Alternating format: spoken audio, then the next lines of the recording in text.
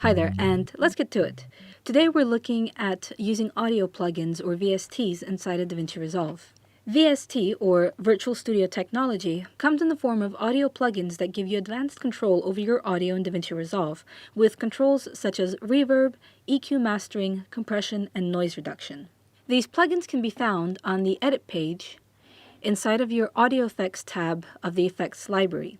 By default, Davinci Resolve does not come with any audio effects, and you'll need to source them on your own. The good news is that there are hundreds, or rather thousands of these, available from various companies, third-party developers, and even hobbyists. It's easy to search for VST effects online and find lots of websites and companies that cater to selling either bundles or individual VST effects. Just like video effects, a lot of these come with a price, but there's also quite a substantial amount of these that are available for free.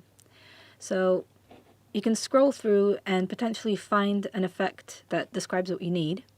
You can download it, and it will usually come in a compressed folder, which you can then extract. And inside of that folder, sometimes what you'll find is just a simple collection of DLL files, but in most cases there will be a README file included describing the steps you need to take to install the plugin. In this case, there is no installation guide, but I can show you where it needs to end up in Davinci Resolve. So we're going to go in the top left corner, click on Davinci Resolve Preferences, and navigate to the Audio tab. Here's a list of all the effects I currently have, and at the top you can see the folder in which they're all contained. So you could potentially add more folders if you wanted to separate your effects for one reason or another. If you don't have a dedicated folder, you can generate one by clicking Add, and creating a new folder in the location where you want to store your VST plugins. I'm going to open up a new Explorer window, go into Program Files, and enter my VST plugins folder.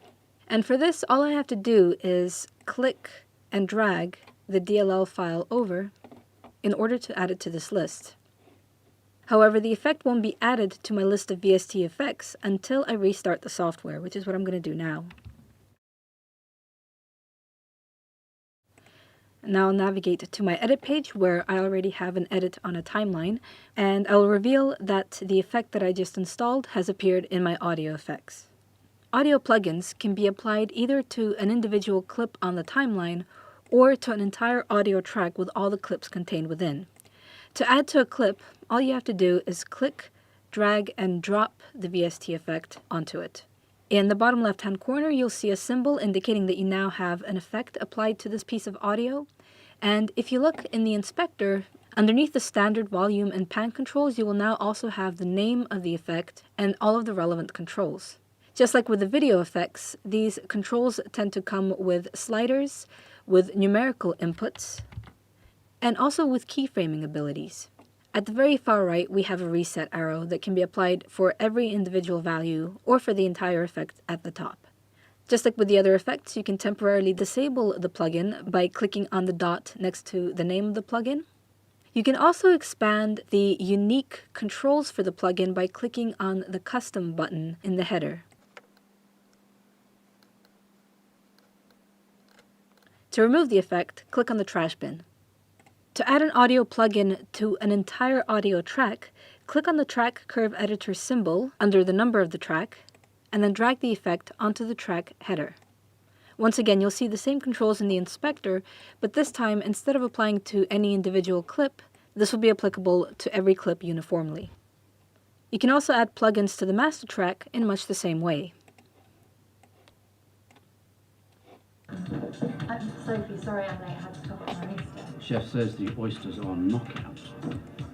I say. Speaking of knockout, hello. Oh. What do you do? I'm an estate agent. My pal Monty's an estate agent. Bloody good one too. Yeah, just did me a cracking deal on a little apartment over Cap. In case you've been curious about denoisers or audio noise reduction tools, they would be applied in very much the same way. You'll need to secure the plugin, either as a purchase or a download, and then install it on your workstation in order to access it from Davinci Resolve. I hope you found that helpful. Thank you very much for watching, and until next time.